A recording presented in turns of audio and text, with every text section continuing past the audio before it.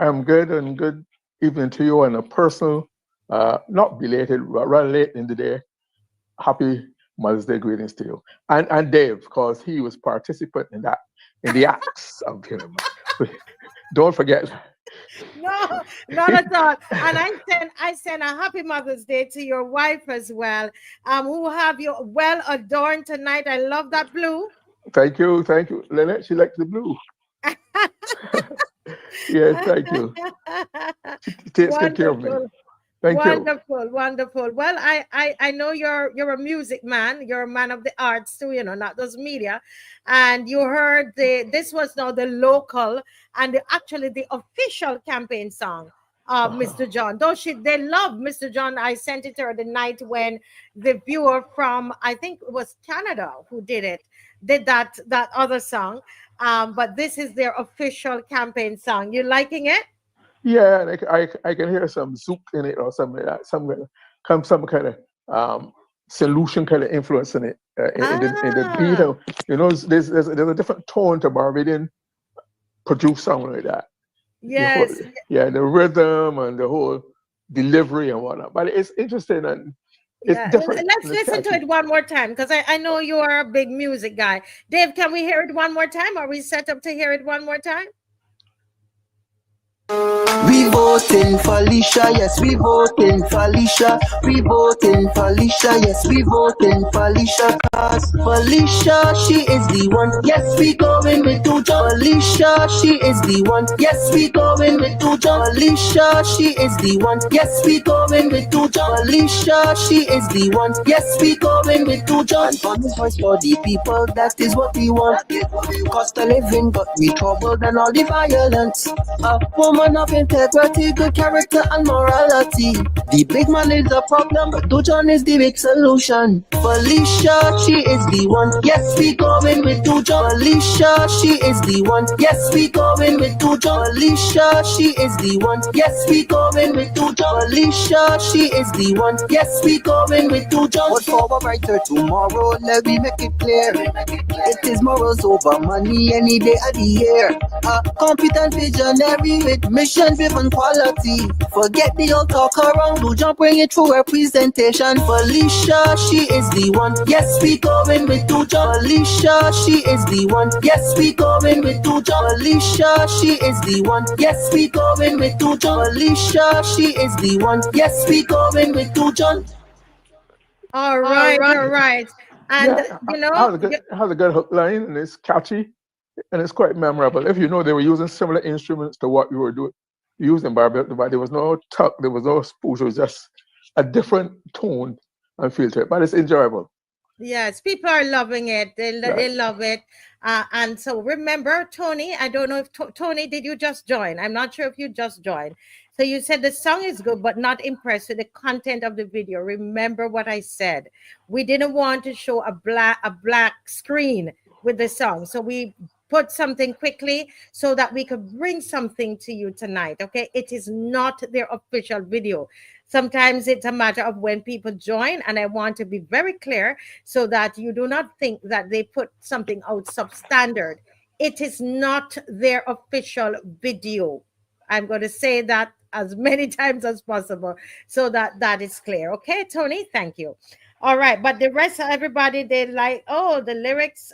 Somebody said, I love the lyrics, and she's okay, but she's not showing the children. We just put that in there so that we can yeah, we can yeah.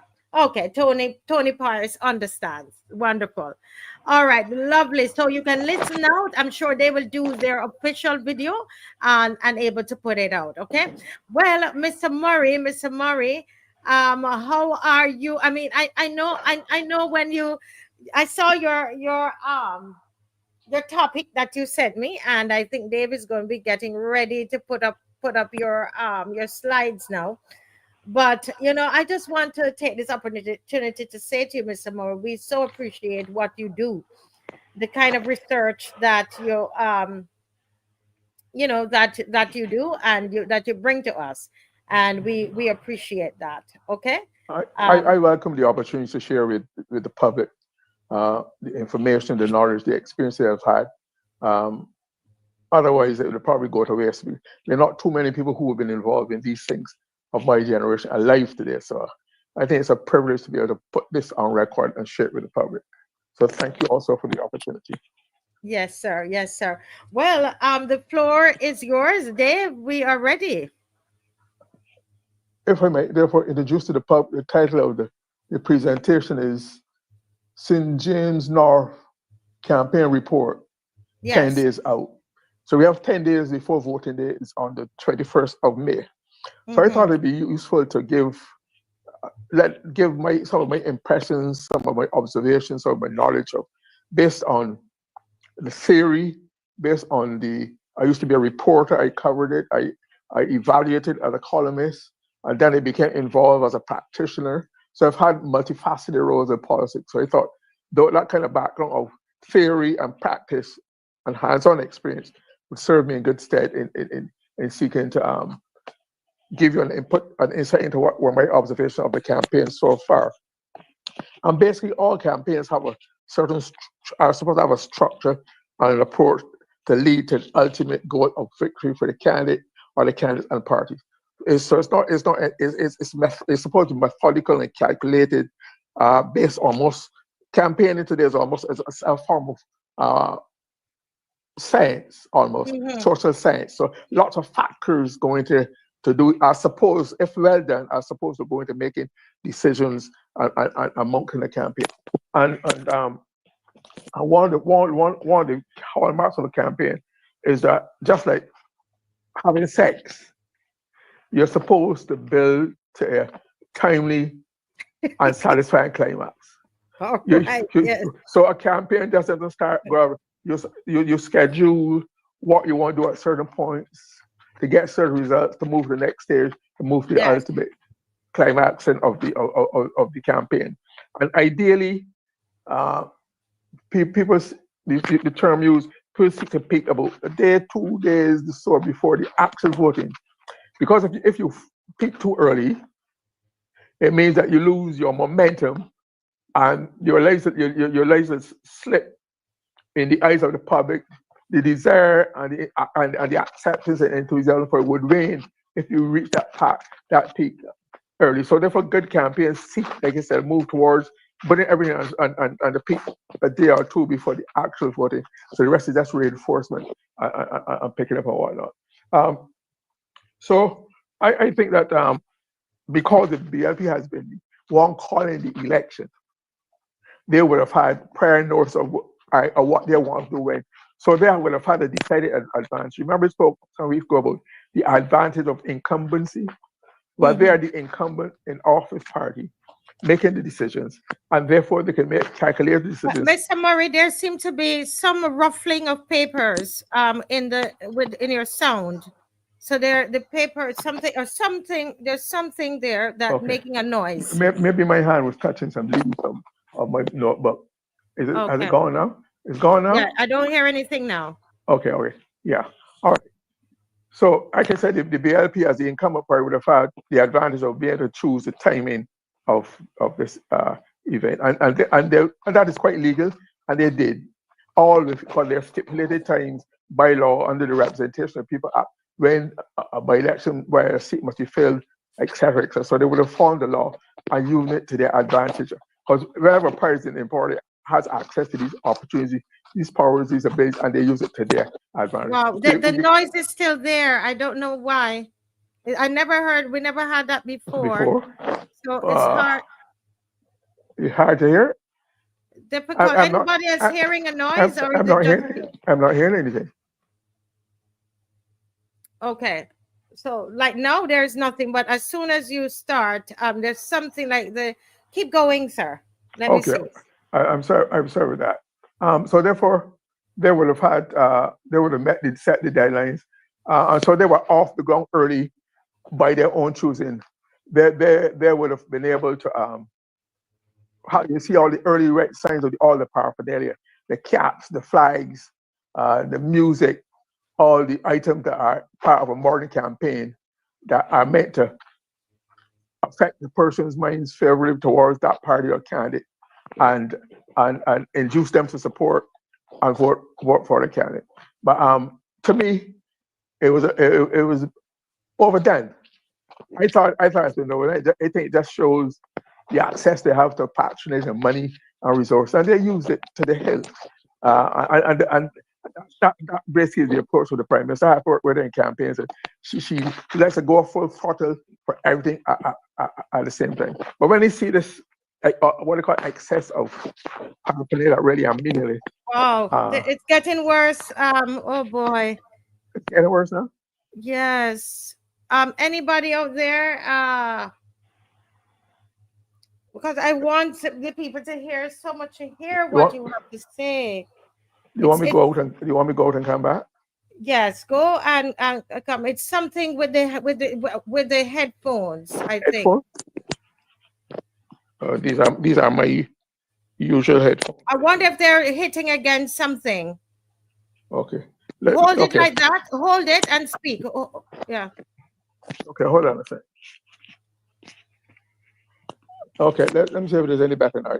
I changed them around. Any better? Are you hearing anything, or it's fine now? Right now I'm hearing you. I'm hearing you now. Okay, excellent. All right, good. Okay, let's So, sorry about that. I think it is clear then that the BAP would have, from my information, that's all this paraphernalia you were saying, all the red shirts and caps and flags, etc., were done in China. The best place for cost for China for these kind of items. And it could very well have been, it might have cost them little or nothing. It could very well have been a gift from the People's Republic of China, the China Communist Party, to the Marcia Party as a gift of solidarity between the parties. So therefore, but when I see these items, I've always felt this way, that it reminds me of some of the techniques that were used by the European settlers, the white settlers, the colonists who went into Africa and used all the baubles and beads and trinkets to fascinate and entice people who would not have been exposed to that kind of technology or art to try to get their favor. So when they sit down to this extent, I always remember that experience. And while one cannot quarrel them for it, one has to see that it does have to be that way. But on the other hand, let me deal with the Democratic Party. No one would the Democratic Party being in opposition, and being in opposition for so long, and not having benefited from the subvention, a part of the subvention. Nobody could expect that they would even seek to come to match or come close to what the BNP could do as the party in power, with their hands in all kinds of sources of support and whatnot.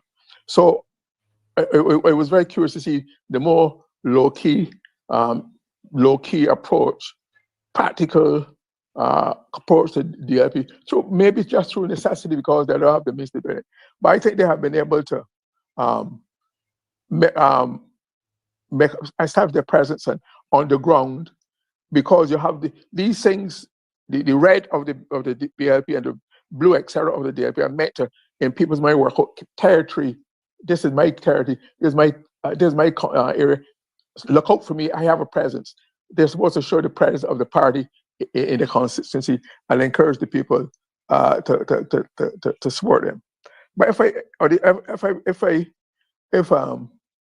and I don't see, some people are saying, I've heard some complaints about the time of the election there, but certainly it is known that since in December last year, Mr. Thorne, the leader of the opposition, had said outright that there were indications that there would be a by-election coming. So one would have expected the party to be as geared as possible for it. But they're here, they're in the race, and it seems to me that neither party so far. I've followed the meetings as much as I could on video, and no party so far has done anything outstanding. If I were to describe the whole campaign today, 10 years out, I would say it's underwhelming. There's been no major impact. Wow. People have done, they've come at the turn, but they have not yet got into gear to move to that climax. It seems to be a slower start, etc. And therefore, I think it's something that we have to watch before we can make any conclusions at this stage. I've seen it on YouTube. but YouTube is not a substitute for a real life meeting, and therefore more and more both parties will have to spend more and more time having be on the ground and be meeting with the person. So far, the meetings have, like I said, not been, and what has, there's no clear, discernible, cohesive, consistent message yet, campaign theme message yet, to my mind. There's Okay. statement, but right now I can't say what is the major thrust of the BLP or the DLP. They have been talking about the candidates, they've been talking about their party. For one thing, the BLP, the BLP has been rehashing, and Just to Be has been too much on the defensive. Justify, they're going back to 2018, they're going back to COVID, all the ash plant.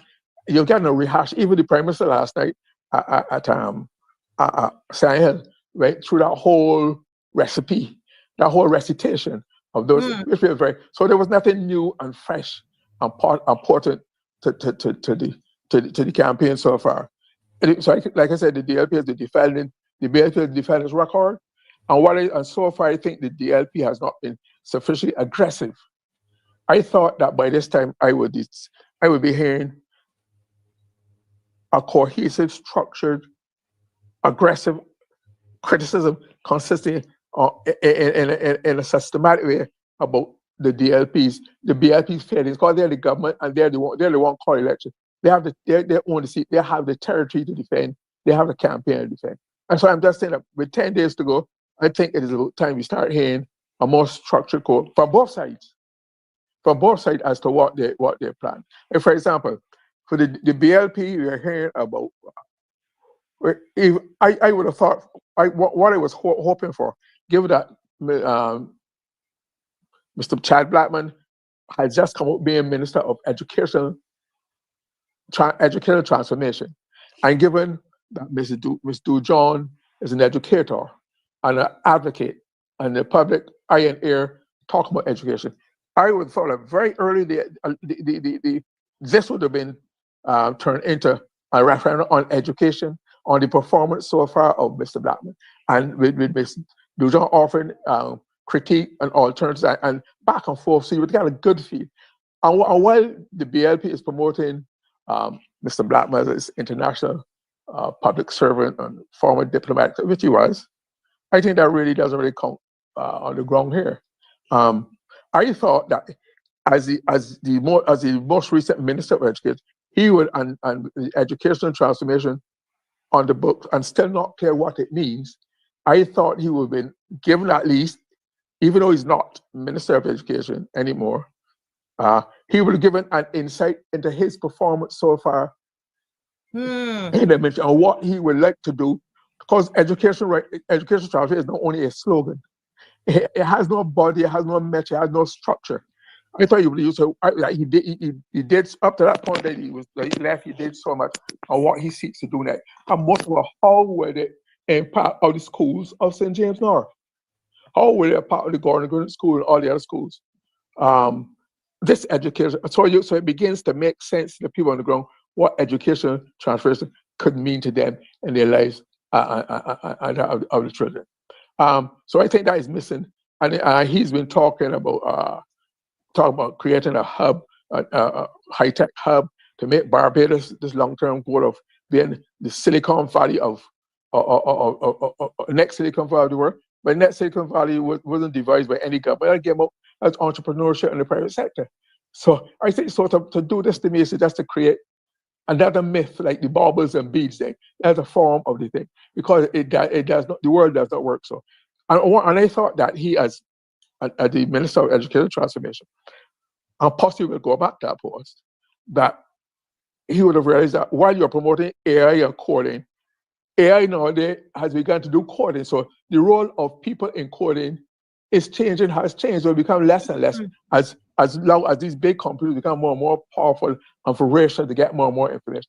So you talk about coding, but I think you should go back to first principles to enhance literacy and numeracy, which they will need to do coding properly and read and transmit information. So I don't think a lot has been taken. Mr. Blackman has spoken about agriculture. The way he spoke this, almost a development plan for St. James North. It seems as though he was almost talking about a separate part of Barbados, another country. I never got the impression how much you need a government to do this. No constituency can have a different plan all of its own. It will, final and last, it will have to depend on the government. So I still think that his campaign is not focused enough to be beneficial to his campaign and to the understanding, the enlightenment of the people who we want to vote for. On the other hand, Ms. Glyne has been speaking about empowerment. She wants to empower people. She's asking, but she has not so far. Maybe I'm too early. So far, she has not given any meat and any bones on that strap as to what she means by empowerment. Empowerment to do what, in what way, how, etc., so that these things begin to mean something to people to understand. And I think she has 10 years, a long time in politics, and with the right effort, a lot can be gotten out of the ground quickly from Mr. John and Mr. Black. So I think the campaign needs some more meat. I think, for example, the BLP, last night I saw they had 9 or 10 speakers. I think they seem to have dropped 2. But speakers are having about 20 minutes. No, a good sound, coherent speech with meat in it can't be done in 20 minutes. You need at least half an hour, I think. So maybe it is better to have fewer speakers and more time where they can develop more substantial points and program and policy outlines than just whisk through, not whisk through 9 or 10 speakers. It'd be fine if all the speakers were brilliant, and therefore you want to ram pack like cricket. You have 10 opening batsmen or 10 middle order batsmen. You just want them to go and score runs. But the truth is, they are not all brilliant, outstanding presenters on the stage, and therefore they should be given more time to give a proper account of themselves and their stewardship. So the campaign, I'm glad to see that the DLPS has a campaign headquarters and a point of reference, because you need that to build identity, location, and to cement your relationships in a campaign. People must know they must go where to go to get what to do, what to want. It gives you presence. It gives you an identity. So that to me has helped their identity considerably, and they're not just people pass you and talking. And what I hope they make better use and the fullest use of the campaign. That campaign headquarters. Although I think I heard talk of 2 campaign headquarters, 2 different, which is an interesting phenomenon, and I'd like to see that work out. But the campaign so far, like I said, has not really caught fire. I heard Minister Kerry Sims last night. He normally finishes the Prime Minister, the BLP meeting, because there was a time when the Prime Minister would finish a meeting. But now, Mr. Simmons, who is supposed to be the chief gunslinger, verbal gunslinger, so to speak, verbal gunslinger, a mouth gunslinger that is attack personnel for the party, he comes on and he does his thing. He did it last night. There was nothing particularly crude or even good about it. He made some references to Miss Dujon's name and tried to make an issue what name she might have used here or St. Louis. I mean, trivia. Here's the Minister of Foreign Affairs and Foreign Trade. But the Barbados, like the rest of the world, is convulsed with all these changes. One would have thought that he would have spent that time much more productively to talk about Barbados' role in the world, etc. I thought he would have used it, for example, knowing that Ms. Dujon is from St. Lucia, has a French connection with Martinique and Guadeloupe and Haiti. He would have thought about Barbados' role in Haiti, explain why we have not yet sent personnel to Haiti as we have been preferred. So what we can do to help Haiti rather than waste time trivializing, wasting time, and just being immature in your approach to try to make something out of nothing as to what somebody's name. They were, and he should know, given his record of attacking him, he has to be very careful, because I don't think he's yet even lived down the infamous 1,000 pounds of blubber that came from his mouth many years ago when describing some of the women in the Barbados Labour Party when he was not then in the Barbados Labour Party. So I would think in order to clean up, there are too many issues in St. James North, in Barbados, to be ventilated, to waste time on any ad hominem personal directing. Deal with statements, activities, critique to the death, anything said or done or promised in the past or going now.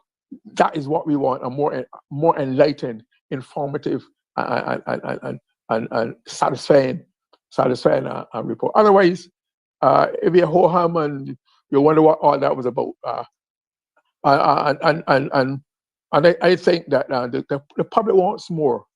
Or even outside of that, there's something. There's no hum. There's no desire for the campaign right now from outside. I don't detect or hear any zest, any zeal. As reflect, the crowds have not been massive for anybody so far, and with the amount of weight and paraphernalia and money being spent by the BLP, one would have, they've been having crowds, but one has left to wonder how much of the crowd is local or how much is imported. All right, because while you want the support for the rest of the country, you really want to maximize your support on the ground in the constituency that can vote for you. But then to the size of the crowds might also reflect we might be suffering some voter apathy. Don't forget there's been a consistent decline in voter turnout in Barbados. Even the last general election is a very low turnout. And maybe some of that is being perpetuated because we have not really gone, despite the Prime Minister and her ministers trying to make you believe that IMF austerity is prosperity. Austerity is not prosperity. No matter how you try to set it or spin it or can it, austerity by the IMF cannot be prosperity for Barbados. So therefore, I think that they have to go back to first principle in this regard, and seek to. And if Dave can bring up the slide for me on the screen of for the apathy, you can read it for me, Marcia, for the apathy. Is that Yes, slide? definitely. Definition of voter apathy: a lack of interest in politics, elections, political events, public meetings, and voting.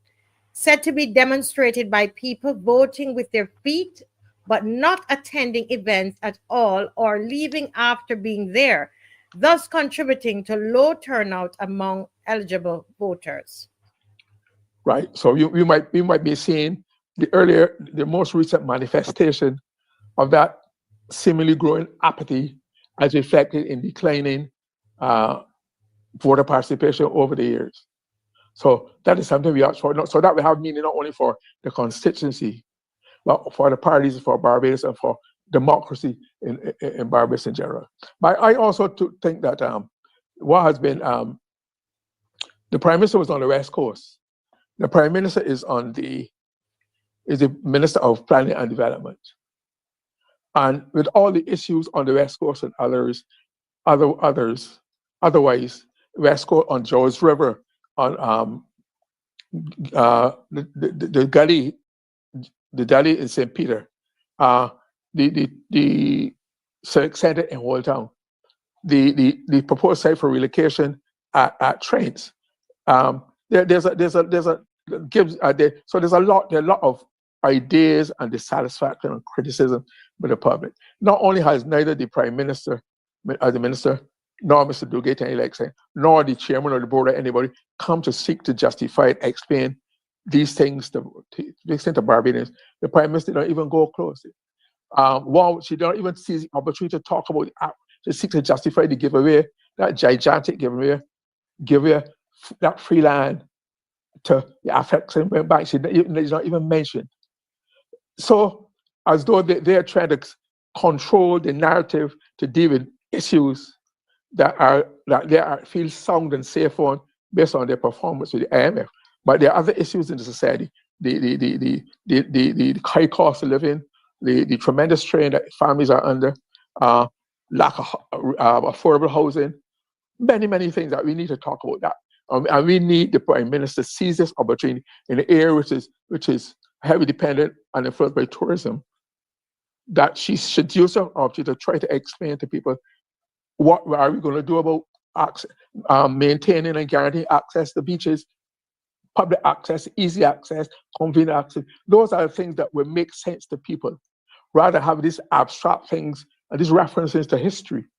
Because between 18 and 7 years of history cannot be more meaningful. Because even while we might have finished programs, or programs which they say was homegrown, but how can it be homegrown when you had a Barbadian seconded from the IMF into Barbados, paid by the Caribbean Bank in the presence of Dr. Kevin, there is no central bank government, who worked on that program a year and a half before the election. So to it was not homegrown. He was a product of the IMF, an employee of the IMF.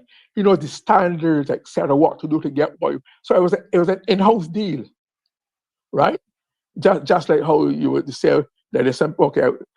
So this self-praise about in-house deal and how well it was done, but we are still paying the debt. The formal program might have ended, but we are still paying the debt, and we shall be paying the debt for many, many years. People are still have been deprived of their bonds and full benefit on the bond. Those are real things which this recitation of history cannot wipe away.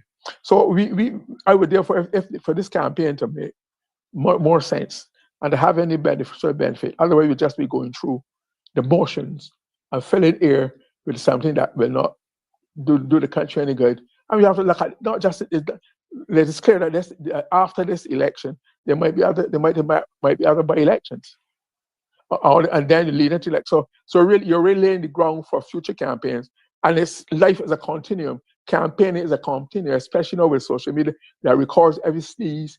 There's little you can get away with. So one has to be able to use the time productively to make sure that Barbados as a society and its democracy benefits from it. I don't know if you have any, if you have any questions, or how much more time I have left to go on. Or if you want to... Excellent analysis, Mr. Murray. I'm here enjoying it, and I think the audience is enjoying it as well. Now, and I, as you were speaking, I have to agree with you that a lot. I guess they're kicking into gear, and we're hoping to see a bit more. But what do you say? Because you still have two candidates there that are not B or D.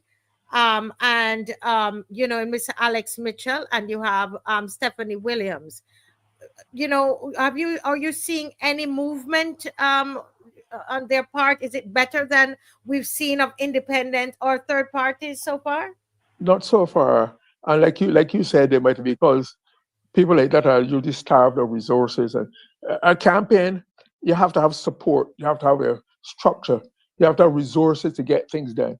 So if they are doing just among themselves, a small group, it will take time. They are limited in what they can do. What they need to do is to provide quality presentation to the public, that they remember them, make their mark. They cannot afford, they don't have the means of having elaborate, beautiful, eye-catching, colorful things. Let them make their mark on people's minds and souls by dealing with the issues in that particular area. But I commend you for seeking to give them exposure, and I would suggest to them, if they listen to this program, that they take advantage of this opportunity and any other that might come their way to present their view. We need as many persons coming to the fore as possible to get away from these machine manufactured politicians who all come out singing the same tune from the same hymn, but from the same page in the same tone sometimes. And we know we've had too much of that in last time. We need to have some individuality, some bright sparks coming out to set a new path, to make you want if we can have a different approach to life or certain issues, and give Barbadians a chance to grow. Let all ideas that contend, disagree, argue, but at a very intelligent, civilized, respectful manner, where the vicar lies in the ideas rather than in the persons seeking to verify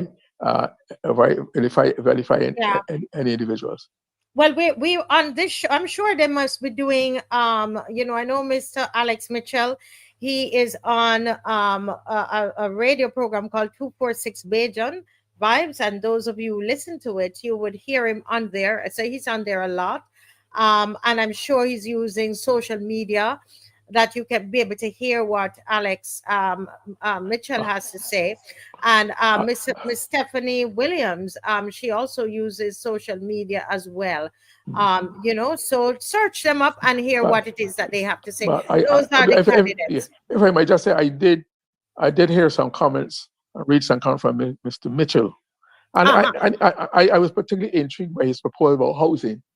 How would you bring that? I think that's something we can explore, because I'm also very concerned about the future of public housing in Barbados. We seem to have gone the North America way of where they leave it to people in the private sector do it at whatever cost. We have had a long tradition since the early 1940s of public housing has led to Barbados' social stability and development. Why we cannot leave that alone? We can move away from that.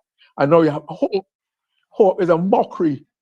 How can you shut down the NHC, rob it of money, and give the same money that had borrowed money from the NHC to lend to Hope, allegedly to do a job which NHC could do, which NHC or people have done successfully, not perfectly, successfully over the years. And right now, particularly for younger Barbadians, I'm amazed that 16 and 17 years have already concluded that they'll never be able to own peace of Barbados, a property.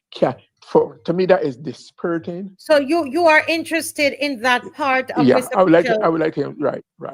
I like him. You can develop that some more, explain it tomorrow. I thought that's something that get traction. He might have some kernels in that people might take and use usefully. Like for Yeah. example, I know usefully. One quick sec, as you know, I have not for a long time. I had been dissatisfied with land tax.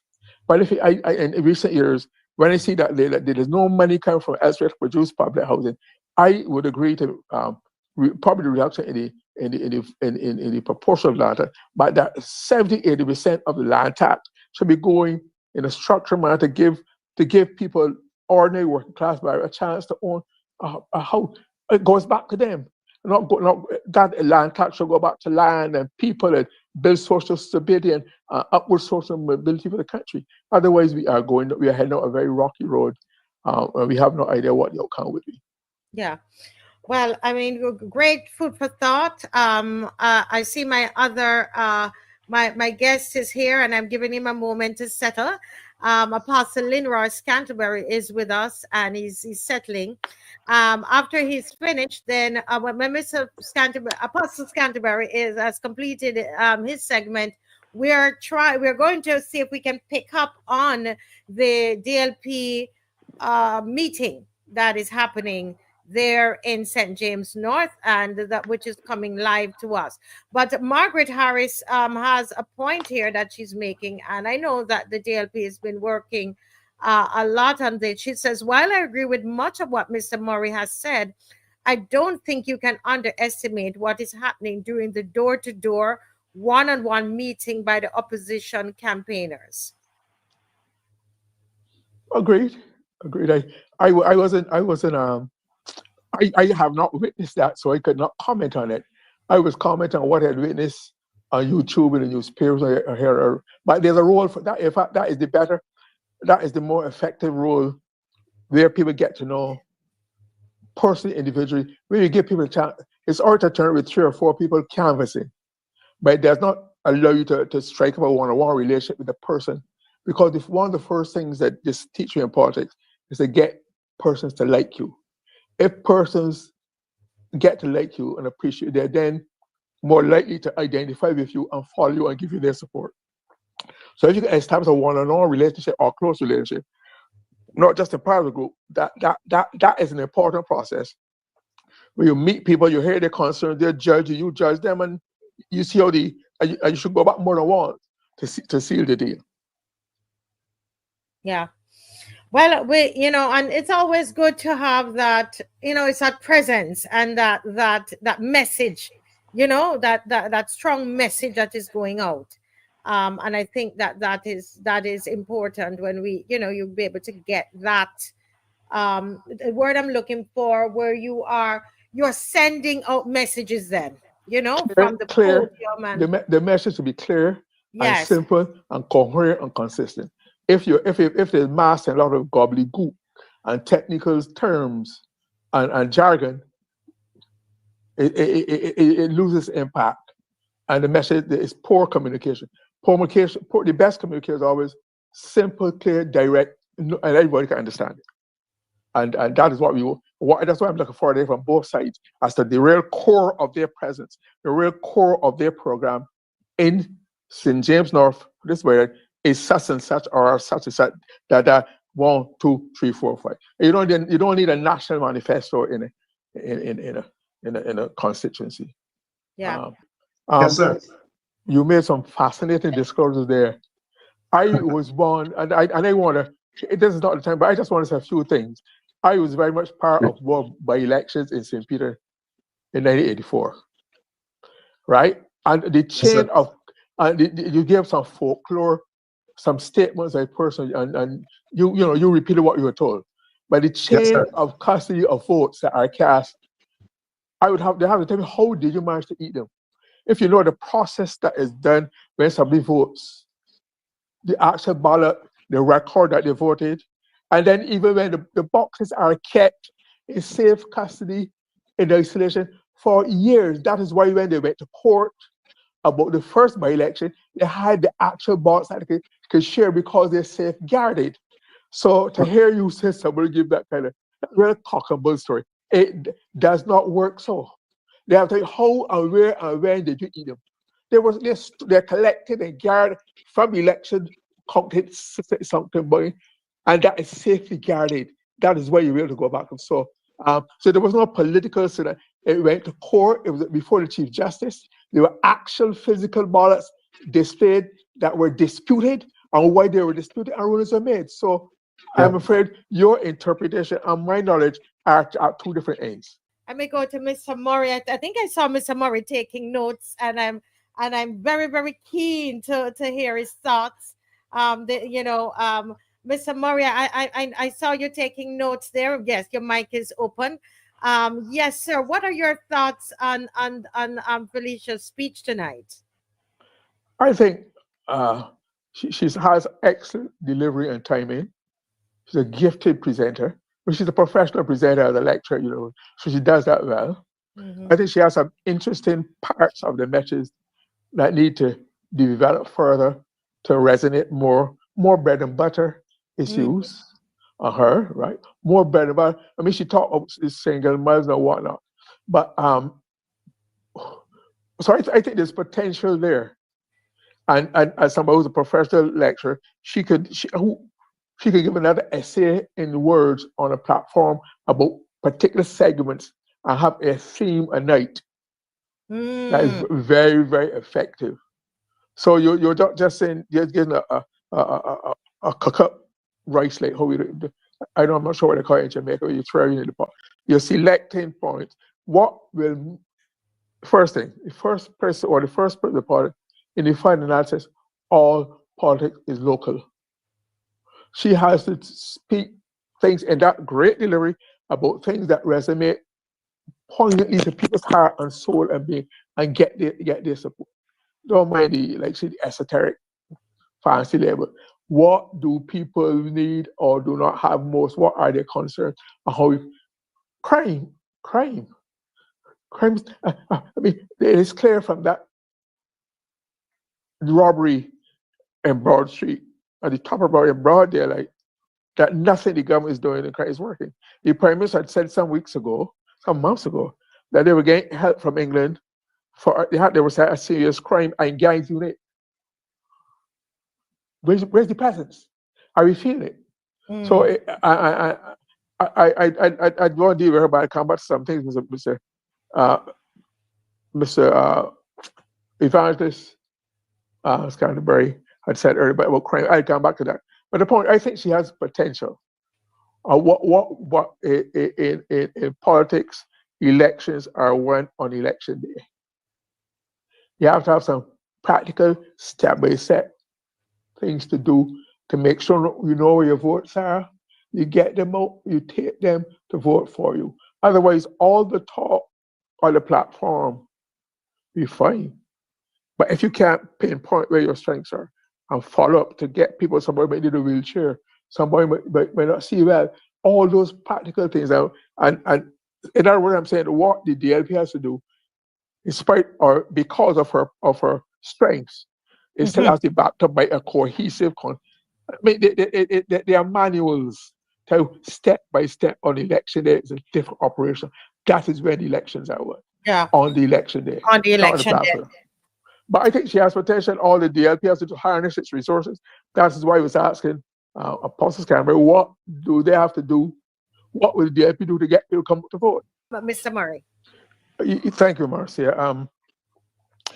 In my original presentation, early in my presentation, I spoke about the possible indication of voter apathy because of the sparsity of the crowds that have turned out so far, and then the declining voter interest and participation over the years in Barbados and the North as well. But I've gotten information, some people who are canvassing even on behalf of Mr. Blackman told me that they're running a heavy weather. I'm talking about now because it coincides with something that both at what Mr. Canterbury said and what Mr. Jones said, is that they are surprised and shocked at the amount of dissatisfaction that is being expressed about Mr. Hinkson's stewardship that does not match the lofty things that were said about him in the tributes to him in the House of Assembly.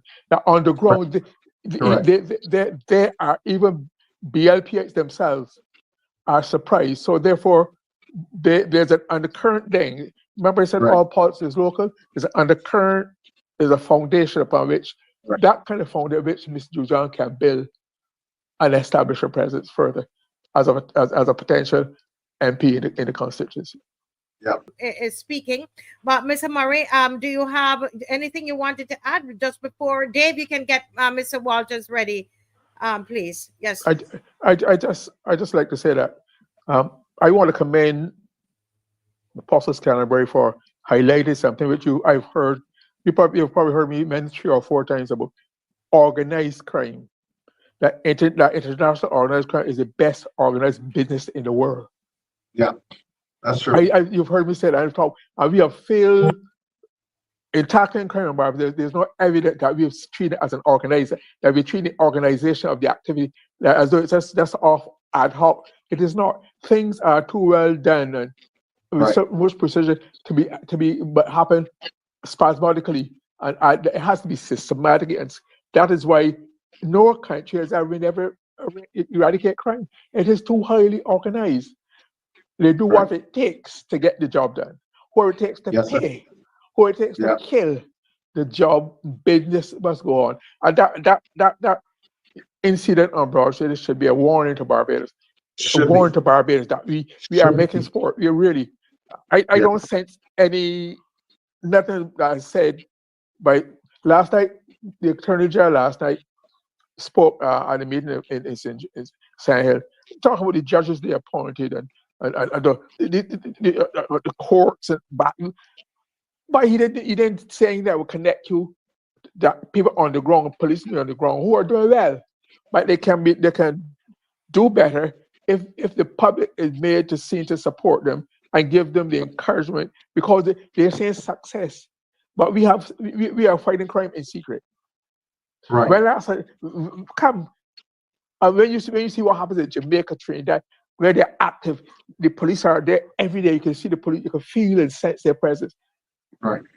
It's not happening here. You have to, and as Mrs. Canberra, Apostle Canberra would know that the only thing that the organized criminal respect is better organization or force than theirs. Correct. That's it. Correct. You have to at least match them. Correct. Put them, disrupt them, disturb them, shut them down. Where is that happening? The blocks in Barbados seem to be more entrenched than ever. The blocks are probably made of concrete blocks right now. Permanent. Yeah. Yeah. That one. Oh my Lord. I go to Mr. Murray. Mr. Murray. Yeah. I have to confess, I have a lot of time for Senator Walters. He's a fine example how persons can grow in their role and stature and performance. Yes. He's done tremendously well. He's among some of the best emerging young politicians in Barbados. And he's a fine operator in any camp. And I want to commend him too for his how he stuck to that thing about energy. Because when he talks about the price of energy, I always remember Kerry Simmons when he was Minister of Energy. When people complain about the cost of energy, keep the cost of rising, higher prices of cost of energy. You know what his solution was? Drive less, not lower the price. He said, "It takes so drive less, and therefore, if you drive less, you will use less gas, pay less money. No relief at the pump, nothing. And therefore, that's something he should never forget. I should also when I hear these complaints about the housing and other conditions in St. James North, I cannot not but recall that there's an institution known as the Clarkson Foundation, headed and run.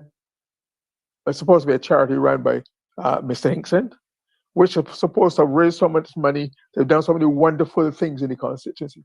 But I would have thought things like repairing houses and fixing things in the day would have been part of that remit. So, and I'm always very wary of these various foundations that you have across the side. Nobody knows how they're running, etc. We need to audit. We need to audit all of them, and let them account properly.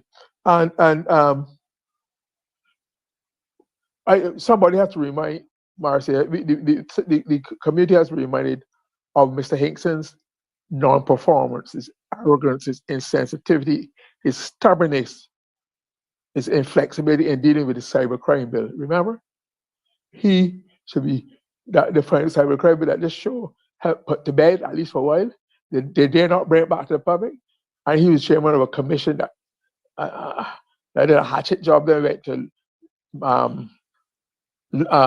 Washington, and did not comport himself. So all of those are part of his representation of the country. Cybercrime bill. Yeah. So he's no hero at all, either retired, past, or present.